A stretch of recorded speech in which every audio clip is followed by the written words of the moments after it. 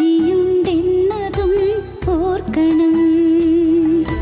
പ്രത്യാശയോടെ നീ ദൈവത്തെ നോക്കിയാൽ ഉത്തരം നൽകുമെന്നറിഞ്ഞിടേണം. അവനുത്തരം നൽകുമെന്നറിഞ്ഞിടേണം.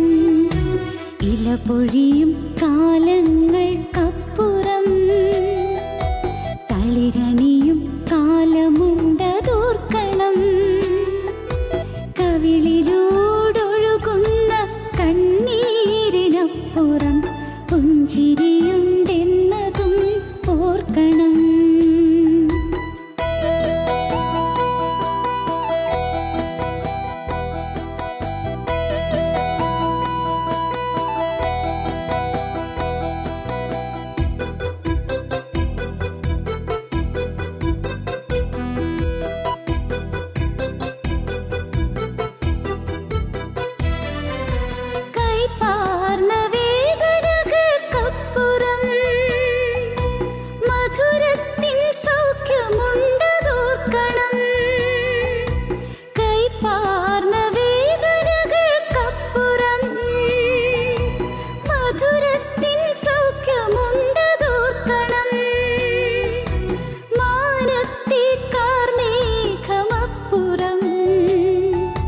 സൂര്യപ്രഭയുണ്ടെന്നതോർക്കണം.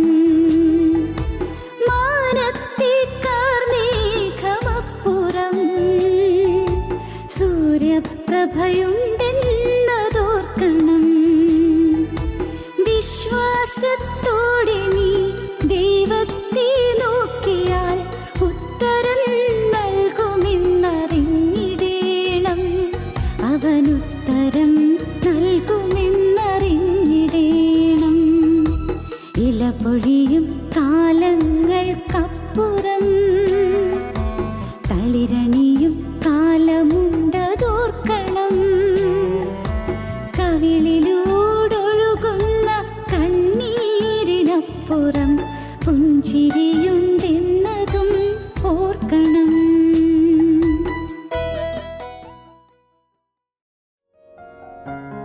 ഞങ്ങളും ക്രൂശിക്കപ്പെട്ട ക്രിസ്തുവിനെ പ്രസംഗിക്കുന്നു. ദൈവ തിരുനാമത്തിന് മഹത്വം ഉണ്ടാകട്ടെ. വെളിപ്പാട് പുസ്തകം 14-ാം അധ്യായം 13-ാം വാക്യം നമുക്ക് വായിച്ച് കേൾക്കാം. വസ്ത്രം അലക്കുന്നവർ ഭാഗ്യവാന്മാർ, വസ്ത്രത്തിൽ കളങ്കം പറ്റാതെ സൂക്ഷിക്കുന്നവർ ഭാഗ്യവാന്മാർ. ആരാണ് ഭാഗ്യവാൻ? വേദപുസ്തകത്തിൻ്റെ ഒടുവിലത്തെ പുസ്തകത്തിൽ ആരാണ് സാക്ഷാൽ ഭാഗ്യവാൻ എന്നതിനെക്കുറിച്ച് പരിശുദ്ധാത്മാവ് വ്യക്തമായി രേഖപ്പെടുത്തി തരികയാണ്. ഇന്ന് മനുഷ്യർ പലരും ഞാൻ ഭാഗ്യം കെട്ടവനാണെന്ന് ചിന്തിക്കുന്നു. ഞാൻ ഭാഗ്യമില്ലാത്തവളാണ്.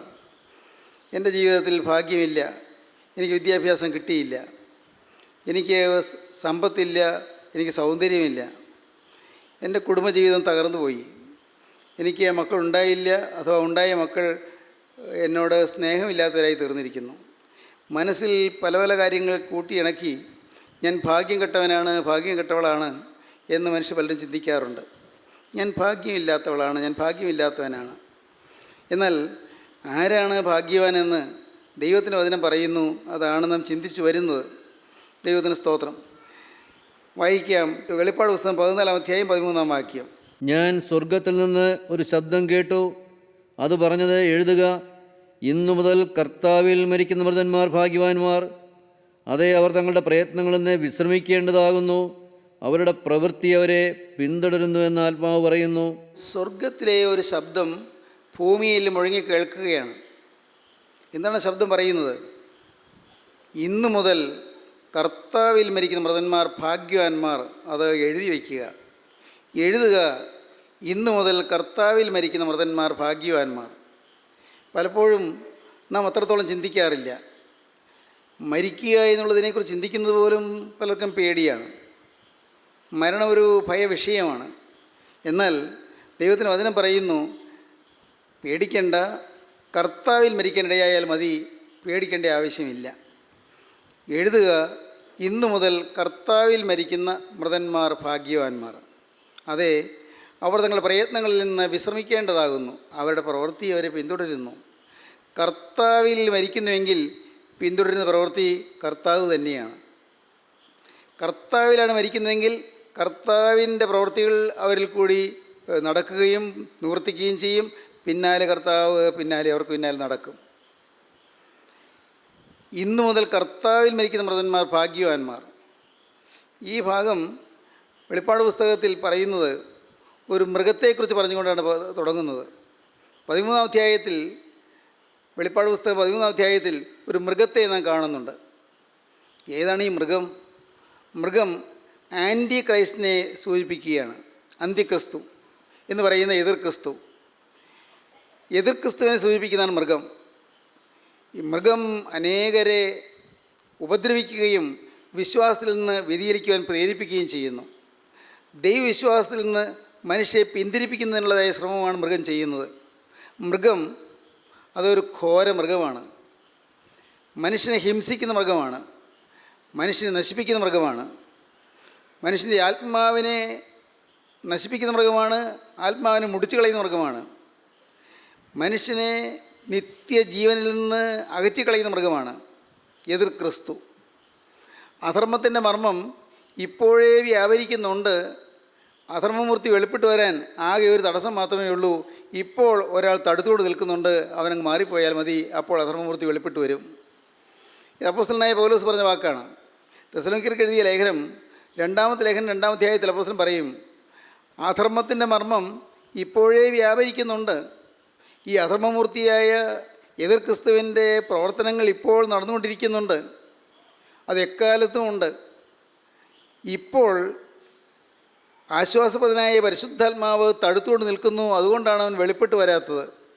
ദൈവത്തിൻ്റെ പരിശുദ്ധാത്മാവ് തടുക്കുന്നതുകൊണ്ട് അവൻ വരുന്നില്ല. നമുക്ക് വായിച്ച് കേൾക്കാം. അധർമ്മത്തിൻ്റെ മർമ്മം ഇപ്പോഴേ വ്യാപരിക്കുന്നുണ്ട്. അധർമ്മത്തിൻ്റെ മർമ്മം ഇപ്പോഴേ വ്യാപരിക്കുന്നുണ്ട്. ഇതുവരെ തടുക്കുന്നവൻ വഴിയിൽ നിന്ന് നീങ്ങിപ്പോക മാത്രം വേണം. വഴിയിൽ നിന്ന് നീങ്ങിപ്പോക മാത്രം വേണം. അപ്പോൾ അധർമ്മമൂർത്തി വെളിപ്പെട്ട് വരും. ഈ അധർമ്മമൂർത്തിയാണ് ഈ മൃഗം, ആൻറ്റി ക്രൈസ്റ്റ്, എതിർക്രിസ്തു. അധർമ്മമൂർത്തി വെളിപ്പെട്ട് വരാൻ തടസ്സം ഇപ്പോൾ വഴിയിൽ ഒരാൾ തടുത്തുകൊണ്ട് നിൽക്കുന്നു.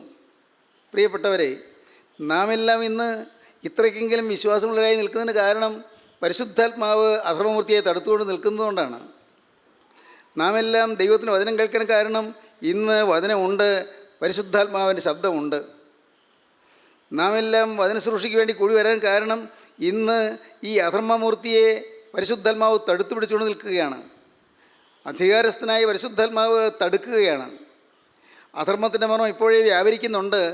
എന്നാൽ ഇതുവരെ തടുക്കുന്നവൻ വഴിയിൽ നിന്ന് നീങ്ങിപ്പോക മാത്രം വേണം. അപ്പോൾ അധർമ്മമൂർത്തി വെളിപ്പെട്ട് വരും. അടുത്ത വാക്യം. അവനെ കർത്താവായ യേശു തൻ്റെ വായിലെ ശ്വാസത്താൽ ഒടുക്കി തൻ്റെ പ്രത്യക്ഷതയുടെ പ്രഭാവത്താൽ നശിപ്പിക്കും. കർത്താവായ യേശു തൻ്റെ വായിലെ ശ്വാസത്താൽ ഈ എതിർക്രിസ്തുവിനെ ഒടുക്കി തൻ്റെ പ്രത്യക്ഷതയുടെ പ്രഭാവത്താൽ അവൻ നശിപ്പിക്കും. തൻ്റെ 2-ാമത്തെ വരവിലെ പ്രത്യക്ഷതയുടെ പ്രഭാവത്താൽ, ദൈവത്തിന് സ്തോത്രം. കർത്താവായ യേശുവിൻ്റെ 2-ാമത്തെ വരവിലെ തൻ്റെ പ്രത്യക്ഷതയുടെ പ്രഭാവത്താൽ യേശു ക്രിസ്തുവിനെ നശിപ്പിക്കും. എന്നാൽ അവന് വരുന്ന നാശത്തെക്കുറിച്ച് അവൻ ചിന്തയില്ല. അവന് വരാൻ പോകുന്ന നാശത്തെക്കുറിച്ച് അവൻ വിചാരമില്ല. അവൻ മനുഷ്യനെ നശിപ്പിക്കുകയാണ്. എന്താണ് അതിന് കാരണം? ആദ്യകാലം മുതൽ മനുഷ്യനെ നശിപ്പിക്കുന്നതിന് അവനെ പ്രേരിപ്പിക്കുന്ന കാരണം നിത്യനായ ദൈവത്തോടുള്ള മത്സരമാണ്. ദൈവത്തിൻ്റെ ഏറ്റവും മനോഹര സൃഷ്ടിയാണ് മനുഷ്യൻ. ദൈവത്തിൻ്റെ ഏറ്റവും സുന്ദര സൃഷ്ടിയാണ് മനുഷ്യൻ. വിശേഷ ബുദ്ധിയുള്ള മനുഷ്യനെ ദൈവം സൃഷ്ടിച്ചാക്കി. ദൈവം തൻ്റെ സ്വരൂപത്തിലും സാദൃശ്യത്തിലും മനുഷ്യനെ സൃഷ്ടിച്ചാക്കി. ഈ മനുഷ്യനെ നശിപ്പിക്കുമ്പോൾ ദൈവത്തിൻ്റെ ഉള്ളം നോവും, ദൈവത്തിൻ്റെ ഹൃദയം പിടയും. നിത്യനായ ദൈവത്തിൻ്റെ സ്നേഹം തൻ്റെ സൃഷ്ടിയായ മനുഷ്യന് കേടുവരുമ്പോൾ പിടയും. ആ ദൈവത്തിൻ്റെ സ്നേഹത്തിന് വേദന ഏൽക്കുന്നതാണ് പിശാചിന് സന്തോഷം. അതുകൊണ്ടാണ് ദൈവത്തിൻ്റെ മോഹന സൃഷ്ടിയായ വിശിഷ്ട സൃഷ്ടിയായ മനുഷ്യനെ നശിപ്പിക്കാൻ പിശാച് ഉദ്യമിക്കുന്നത്. പിശാചിനുണ്ട് തൃത്വം, നിങ്ങൾക്കറിയാമായിരിക്കും. സാത്താൻ, എതിർക്രിസ്തു, കള്ളപ്രവാചകൻ. ദൈവത്തിൻ്റെ തൃത്വമുണ്ട്, പിതാവ്, പുത്രൻ, പരിശുദ്ധാത്മാവ് എന്നതുപോലെ പിശാചിനുണ്ട് തൃത്വം. സാത്താൻ, എതിർക്രിസ്തു, കള്ളപ്രവാചകൻ. ഈ തൃത്വം, സാത്താന്യ തൃത്വം മനുഷ്യനെ ഹിംസിക്കാൻ ശ്രമിച്ചുകൊണ്ടിരിക്കുകയാണ്. മനുഷ്യനെ വഴിതെറ്റിക്കാൻ ശ്രമിച്ചുകൊണ്ടിരിക്കുകയാണ്. അവിശ്വാസ ചിന്തകൾ മനുഷ്യൻ്റെ ഹൃദയത്തിലേക്ക് തൊടുത്തുവിടുന്നു. അരുതായികൾ മനുഷ്യനെ ആക്രമിക്കാൻ മനുഷ്യൻ്റെ ഹൃദയത്തിലേക്ക് പകർത്തിവിടുന്നു. അശുദ്ധിയിലേക്കും തിന്മയിലേക്കും അസത്യത്തിലേക്കും മനുഷ്യൻ നയിച്ചുകൊണ്ട് പോകുന്നു. ഇതെല്ലാം ഈ അധർമ്മമൂർത്തിയുടെ പ്രവർത്തന പദ്ധതികളാണ്. മനുഷ്യനെ നശിപ്പിക്കുക, പാപത്തിൽ കുടുക്കുക, തിന്മയിൽ അവനെ വശീകരിച്ച് നിർത്തുക, തിന്മയുടെ പ്രാബല്യം കൊണ്ട് മനുഷ്യനെ സ്വാധീനിക്കുക, അവൻ്റെ ഭാവി മുടിച്ചു കളയുക. ദൈവം മനുഷ്യന് വേണ്ടി ഒരുക്കിയിരിക്കുന്നത് കണ്ണ് കണ്ടിട്ടില്ല, ചെവി കേട്ടിട്ടില്ല, ഒരു മനുഷ്യൻ്റെ ഹൃദയത്തിൽ നിരൂപിച്ചിട്ട് പോലുമില്ല. അത്രയും മഹത്തായ അനുഗ്രഹങ്ങളാണ് ദൈവം നമുക്ക് വച്ചിരിക്കുന്നത്. കണ്ണ് കാണാത്തതും ചെവി കേൾക്കാത്തതും ഒരു മനുഷ്യൻ നിരൂപിക്കാത്തതുമായ സ്വർഗീയ അനുഗ്രഹങ്ങളുടെ കലവറ നമുക്ക് വേണ്ടി തുറന്നു വച്ചിരിക്കുകയാണ്. എന്നാൽ അത് നാം അനുഭവിക്കാതിരിക്കുവാൻ പിശാച് നമ്മെ പാപത്തിലേക്ക് വലിച്ചഴിച്ചുകൊണ്ട് പോകുന്നു, തിന്മയിലേക്ക് അവൻ നമ്മെ ആകർഷിച്ചുകൊണ്ട് പോകുന്നു, അവിശ്വാസ ചിന്തകൾ നമ്മുടെ ഹൃദയത്തിലേക്ക് കൊണ്ടുവരുന്നു, മ്ലേച്ഛ വികാരങ്ങൾക്ക് നാം അടിമകളായിത്തീരുന്നു, മലിനമായ മോഹങ്ങൾക്ക് നാം വിധേയരായിത്തീരുന്നു. ദ്രവ്യാഗ്രഹത്തിൻ്റെ ഭീകരമായ ആ വശീകരണം കൊണ്ട് നാം നമ്മുടെ ആത്മാവ് നശിക്കുന്നത് അറിയാതിരിക്കുന്നു. നമ്മുടെ വ്യക്തിബന്ധങ്ങൾ ഉലയുന്നത് കൊണ്ടും സ്നേഹബന്ധം തകരുന്നതുകൊണ്ടും നാം പിശാചിന് ഇടം കൊടുത്തു പോകുന്നു. ഇങ്ങനെ സാത്താൻ നമ്മെ വശീകരിച്ചു കൊണ്ടിരിക്കുന്നു. അന്ന് ആദിമ മനുഷ്യൻ സാത്താൻ്റെ ആലോചനയ്ക്ക് വശമതനായി പാവത്തിൽ വീണതുപോലെ അന്നു മുതൽ ഇന്നയോളം മനുഷ്യനെ പ്രലോഭിപ്പിക്കുകയും മനുഷ്യനെ നശിപ്പിക്കുകയും ചെയ്യുന്ന പൈശാചികൻ്റെ ഉദ്യമങ്ങളിൽ നിന്നും പലയിടത്തും പലരിലും അരങ്ങേറിക്കൊണ്ടിരിക്കുന്നു. ദൈവത്തിന് സ്തോത്രം. സഹോദരങ്ങളെ, ഇതെന്ന് വാസ്തവമായി ഗ്രഹിക്കുമ്പോഴാണ് നാം നാം ജാഗ്രതയുള്ളവരായിത്തീരുന്നത്. നാം അലർട്ടായിരിക്കും, നാം ജാഗ്രതയുള്ളവരായിരിക്കും. എന്നെ നശിപ്പിക്കാൻ ഒരുത്തൻ പിറകെയുണ്ട്, എന്നെ വീഴിക്കാൻ ഒരുത്തൻ പിറകെയുണ്ട്, ഞാൻ എത്തേണ്ട സൗഭാഗ്യ സമ്പത്ത് നേടാതിരിക്കാൻ എൻ്റെ പിന്നാലെ ഒരുത്തൻ വരുന്നുണ്ട്, എന്നെ നശിപ്പിക്കുവാനും എൻ്റെ ഭാവി തകർത്ത് കളയുവാനും ഒരുവനിൽ നിന്ന് മാറാതെ നിൽക്കുന്നുണ്ട്. ഇത് നാം മനസ്സിലാക്കുമ്പോൾ നാം ജാഗ്രതയുള്ളവരായിത്തീരും. പലപ്പോഴും മനുഷ്യൻ ജാഗ്രതയുള്ളവനല്ല. ഈ മനുഷ്യൻ ഈ ഭൗതികമായ കാര്യങ്ങളിൽ മാത്രം ശ്രദ്ധ വെച്ച്, ഈ ഭൗതികമായ കാര്യങ്ങളിൽ മാത്രം ആശ വെച്ച്, ലോകത്തിൽ മാത്രം ലക്ഷ്യം വെച്ച് ജീവിക്കുന്നത് കൊണ്ട് അവനെ പിടികൂടാൻ പിശാചിന് എളുപ്പം സാധിക്കും. വശീകരണ വാക്കുകൾ കൊണ്ട് മനുഷ്യനെ പിശാച് വഞ്ചിക്കും. അന്ന് വശീകരണ വാക്കുകൊണ്ടാണ് സാത്താൻ ഹവ്വായെ വഞ്ചിച്ചത്. വശീകരണ വാക്കുകൾ, പ്രലോഭിപ്പിക്കുന്ന വാക്കുകൾ, നശിപ്പിക്കുന്ന വാക്കുകൾ, തിന്മയ്ക്ക് വേണ്ടി പ്രേരിപ്പിക്കുന്ന വാക്കുകൾ, നശീകരണ വാക്കുകൾ, പ്രലോഭിപ്പിക്കുന്ന വാക്കുകൾ കൊണ്ട് മനുഷ്യനെ വഞ്ചിച്ചു. ആ സാത്താൻ പറഞ്ഞത് ഹവ്വ ശ്രദ്ധ വെച്ച് കേട്ടുപോയി. കഷ്ടം. അവൻ വന്നപ്പോൾ അവനെ ആദരിച്ച് തെറ്റിപ്പോയി, അവനെ സ്വീകരിച്ച് തെറ്റിപ്പോയി. ഇതെല്ലാം അപകടമായിപ്പോയി. പക്ഷേ ഹവ്വ അതൊന്നും അത്ര ചിന്തിച്ചില്ല. കാരണം വിവേകം തോൽക്കുകയായിരുന്നു, വികാരം ജയിക്കുകയായിരുന്നു. വിവേകം തോറ്റു, വികാരം ജയിച്ചു. ചിന്തിച്ചു നോക്കൂ, ഇതല്ലേ നമ്മിൽ പലർക്കും വരുന്നത്. നമുക്ക് വിവേകമില്ലാഞ്ഞിട്ടല്ല, നമ്മുടെ വിവേകം തോറ്റുപോകുന്നു. നമുക്ക് വിവേകമുണ്ട്, നന്മയേത് തിന്മയേതെന്ന് നമുക്കറിയാം. പക്ഷേ നമ്മുടെ വിവേകം തോറ്റുപോകുന്നു, നമ്മുടെ വികാരമോ ജയിക്കുന്നു. വികാരത്തിൻ്റെ വിജൃംഭണത്തിൽ നമ്മുടെ വികാരം നമ്മെ കീഴ്പ്പെടുത്തി നമ്മെ വിവേകത്തെ നശിപ്പിച്ചു കളയുന്നു, വിവേകത്തെ ഇല്ലായ്മ ചെയ്യുന്നു. അങ്ങനെ നാം പാവത്തിന് അടിമപ്പെട്ടു പോകുന്നു, നാം പാവത്തിൻ്റെ വശീകരണത്തിൽ പെട്ടുപോകുന്നു. അങ്ങനെ മനുഷ്യനെ നശിപ്പിക്കുക എന്നുള്ളതാണ് പിശാചിൻ്റെ ഉദ്യമം. ആദിമകാലം മുതലേയുള്ള ആ പരിശ്രമം ഇന്നും തുടർന്നുകൊണ്ടിരിക്കുകയാണ്. ചിലയിടത്ത് ഏറിയിരിക്കും, ചിലയിടത്ത് കുറഞ്ഞിരിക്കും, ചിലരിൽ ഏറിയിരിക്കും, ചിലരിൽ കുറഞ്ഞിരിക്കും. അത് സാത്താൻ അറിയാം എവിടെ ആരെ എങ്ങനെയാണ് പിടിക്കേണ്ടതെന്ന്. ഒരുപക്ഷെ ഒരാളെ വീഴിക്കുന്നവരെ ആയിരിക്കില്ല വേറൊരാൾ വീഴിക്കുന്നത്. ഒരുവൻ്റെ വീക്ക് പോയിൻ്റ് ഏതാണെന്ന് പിശാചിനറിയാം. അയാളുടെ മനസാക്ഷിയുടെ ബലഹീനത എവിടെയാണെന്ന് പിശാചിനറിയാം. അവിടെ അവൻ ശ്രദ്ധ കേന്ദ്രീകരിക്കുകയും മനുഷ്യനെ വീഴിക്കുകയും ചെയ്യും.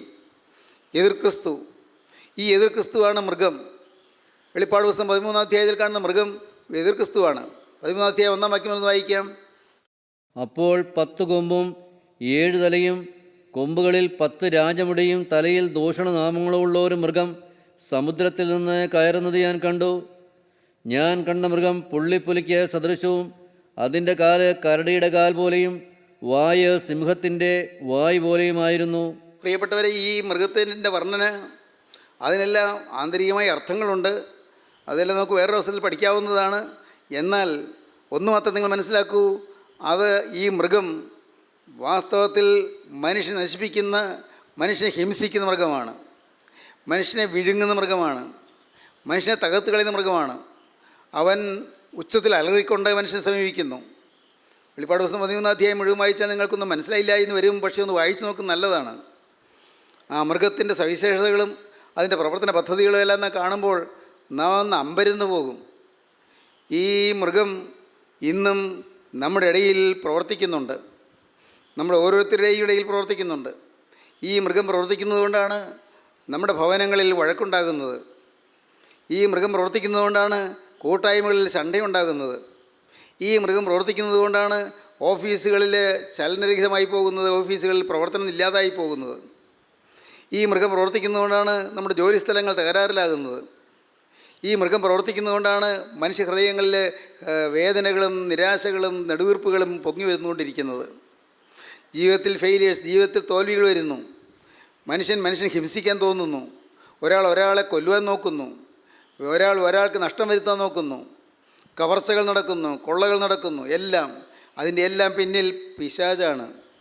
എല്ലാം പിന്നിൽ ഇപ്പോൾ മറഞ്ഞിരിക്കുന്ന ഈ അധർമ്മമൂർത്തിയാണ്. എന്നാൽ ഇവൻ അക്ഷരീയമായി വെളിപ്പെടും. ക്രിസ്തു ഒരു മനുഷ്യ രൂപത്തിലായിട്ട് അവൻ വെളിപ്പെടുന്ന സമയം വരാൻ പോകുന്നു. ദൈവത്തിന് സ്തോത്രം. ഇപ്പോൾ പരിശുദ്ധാത്മാവ് തടുത്തുകൊണ്ട് നിൽക്കുകയാണ്. പരിശുദ്ധാത്മാവ് തടുത്തുകൊണ്ട് നിൽക്കുന്നത് കൊണ്ട് ഈ മൃഗത്തിന് വരാൻ പറ്റുന്നില്ല, നേരിട്ട് പ്രവർത്തിക്കാൻ പറ്റുന്നില്ല. അവൻ ഒളിഞ്ഞും പാത്തുമാണ് പ്രവർത്തിക്കുന്നത്, നേരിട്ട് പ്രവർത്തിക്കുന്നില്ല. എന്നാൽ പരിശുദ്ധാത്മാവ് മാറിയാൽ മതി, ഇവൻ രംഗത്ത് വന്നു കഴിയും. പരിശുദ്ധാത്മാവ് മാറുന്നത് എങ്ങനെയാണ്? പരിശുദ്ധാത്മാവിൻ്റെ പ്രവൃത്തി തികച്ചു കഴിയുമ്പോൾ. പരിശുദ്ധാത്മാവിൻ്റെ പ്രവൃത്തി എന്താണ്? മണവാട്ടിയെ ഒരുക്കുക എന്നുള്ളതാണ്. ഏതാണ് ഈ മണവാട്ടി? ക്രിസ്തുവിനുള്ള മണവാട്ടിയാകുന്ന മണവാട്ടി സഭയെ ഇന്ന് ഒരുക്കിക്കൊണ്ടിരിക്കുകയാണ്. ഒരു കൂട്ടം വിശുദ്ധന്മാരെ ഒരുക്കിക്കൊണ്ടിരിക്കുകയാണ്. സഭ എന്ന് പറയുമ്പോൾ പ്രിയപ്പെട്ടവരെ, യാക്കോബായ സഭയെന്നോ ഓർത്തഡോക്സ് സഭയെന്നോ കത്തോലിക്ക സഭയെന്നോ അതിൽ മാർത്തോമ സഭയെന്നോ പറയുന്ന സഭയല്ല. എല്ലാം സമുദായങ്ങളാണ്, സഭകളാണ്. പക്ഷേ അതല്ല യേശുക്രിസ്തുവിൻ്റെ ശരീരമാകുന്ന സഭ. യേശുക്രിസ്തുവിൻ്റെ ശരീരമാകുന്ന സഭ എന്ന് പറഞ്ഞാൽ യേശുക്രിസ്തുവിൻ്റെ മണവാട്ടി സഭ. പ്രിയപ്പെട്ടവരെ, ഒരു മണവാട്ടിയെ ഒരുക്കിക്കൊണ്ടിരിക്കുന്നു, ഒരു വിശുദ്ധ മണവാട്ടിയെ ഒരുക്കിക്കൊണ്ടിരിക്കുന്നു. ഈ മണവാട്ടി സഭയെ ഒരുക്കുന്ന കർത്തവ്യം ഏലിയാസാർ ചെയ്യുന്ന, പണ്ട് അബ്രഹാം പിതാവിൻ്റെ കാലത്ത് ഏലിയാസാർ ചെയ്തതുപോലുള്ളൊരു കാര്യമാണ്. ഏലിയാസാർ അബ്രഹാമിൻ്റെ മകനായ ഇസ്ഹാക്കിന് വേണ്ടി ഒരു മണവാട്ടിയെ കണ്ടുപിടിക്കുവാനും ഒരുക്കിക്കൊണ്ടുവരുവാനും വേണ്ടി പുറപ്പെട്ടു. അങ്ങ് ഹാരാൻ വരെയും യാത്ര ചെയ്തു. പലസ്തീനിൽ നിന്ന് ഹാരാൻ വരെയും പലസ്തീനിൽ നിന്ന് മെസപ്പൊട്ടോമിയൻ സമതലം വരെയും യാത്ര ചെയ്തു.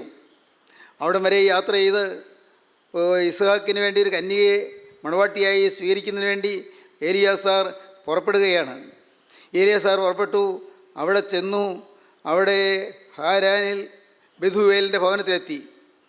പക്ഷേ അത്ഭുതം, ഭവനത്തിലെത്തുന്നതിന് മുൻപ് തന്നെ മണവാട്ടിയെ കണ്ടു കഴിഞ്ഞു. അന്ന് റിബേക്ക ഒരു കൊച്ചു പെൺകുട്ടിയാണ്, യൗവനത്തിലേക്ക് കടക്കുന്നേ ഉള്ളൂ. അവൾ ആടുകളെ നോക്കുകയായിരുന്നു. ആടുകളെ നോക്കിക്കൊണ്ട് വന്ന് അവൾ ആടുകൾക്ക് വെള്ളം കൊടുക്കുകയായിരുന്നു. തിരുതരെ കിണറ്റിലേക്ക് ഓടിയിറങ്ങി, പടിക്കെട്ടുകളുണ്ട്, കിണറ്റിലേക്ക് ഓടിയിറങ്ങി വെള്ളം കോരുന്നു. പെട്ടെന്ന് വെള്ളം എടുത്തുകൊണ്ട് വന്ന് ആടുകൾക്ക് കൊടുക്കുന്നു. പിന്നെയും ഓടിയിറങ്ങി വെള്ളം കൊണ്ടുവരുന്നു, ആടുകൾക്ക് എടുത്തുകൊണ്ട് കൊടുക്കുന്നു. ഇങ്ങനെ ആടുകൾക്ക് വെള്ളം കൊടുക്കുന്ന പ്രവൃത്തികൾ ചെയ്തുകൊണ്ടിരിക്കുകയായിരുന്നു. അപ്പോഴാണ് ഏലിയാസാർ അവിടെ വരുന്നത്.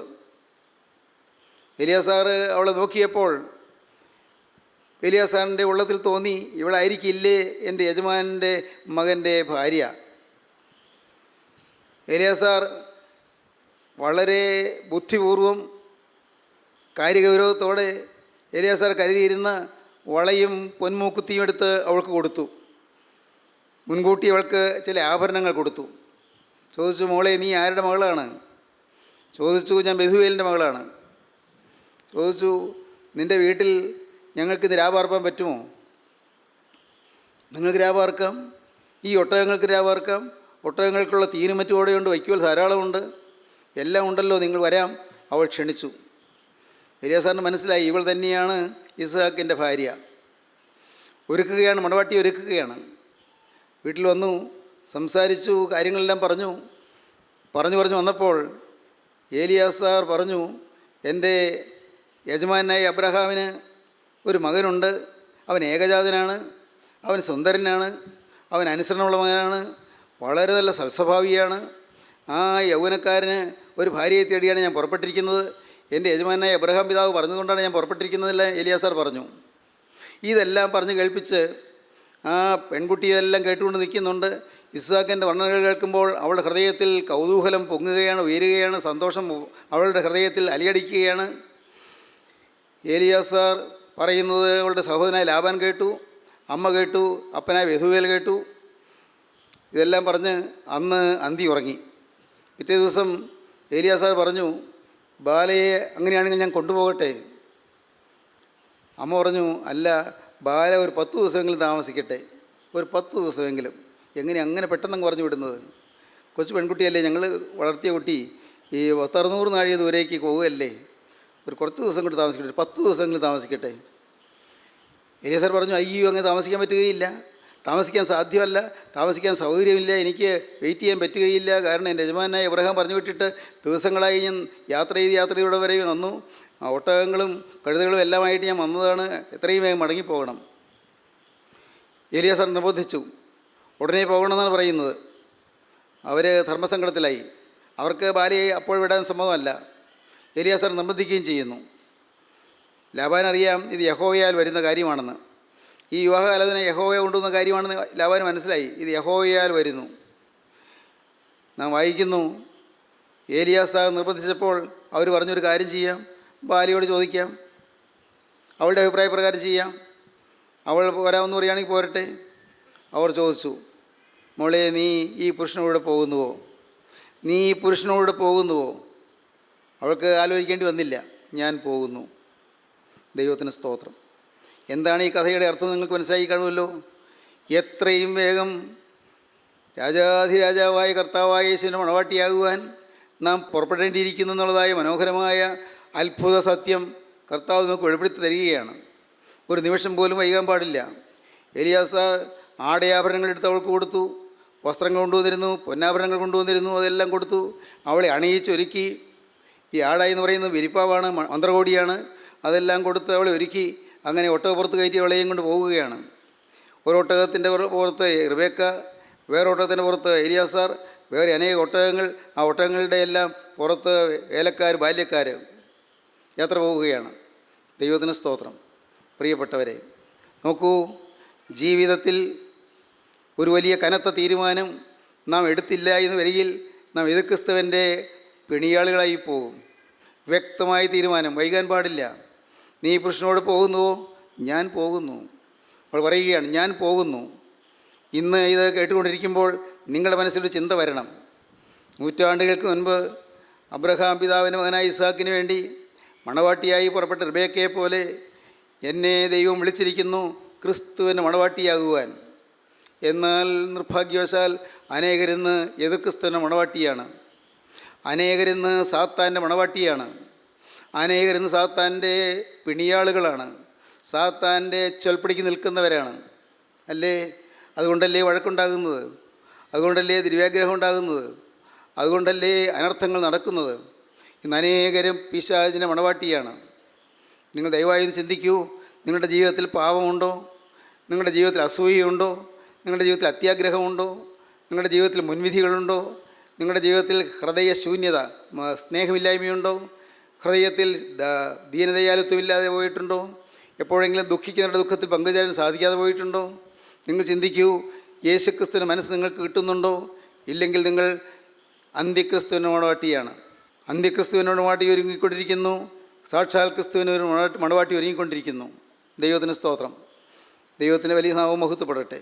പ്രിയപ്പെട്ടവരെ, അന്ത്യക്രിസ്തുവിനെ ഒരു മണവാട്ടി ഒരുങ്ങുന്നു. കർത്താവായ യേശു ക്രിസ്തുവിന് മണവാട്ടി ഒരുങ്ങുന്നു. എതിർ ക്രിസ്തുവിന് വേണ്ടി ഒരുങ്ങുന്ന മണവാട്ടി സംഘത്തിലാണോ ഞാൻ?